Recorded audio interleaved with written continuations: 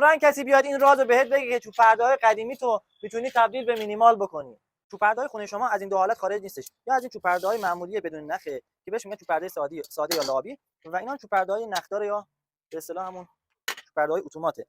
این گیرهای قبلی که داخل چوب پرده هستش رو اینا کاملا خارج می‌کنه، خب که چوب پرده خالی از گیره بشه. چوب پرده اتوماتیک که ما داریم استفاده می‌کنیم جی پی ام هستش، خب و چوب پرده معمولیتون فرقی نمی‌کنه. گیرهایی که حالا در این مرحله ما نیاز داریم به گیرهایی که به صورت زنجیروار به هم وصل شده باشن.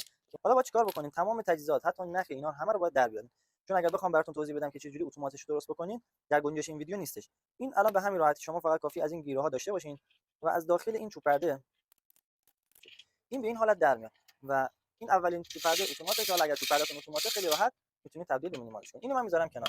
چوب پرده‌های لابیتون رو با این گیرهای مخصوص کافیه رد بکنید به این حالت. دقت داشته باشین که درست بین این دو تا شیار بره.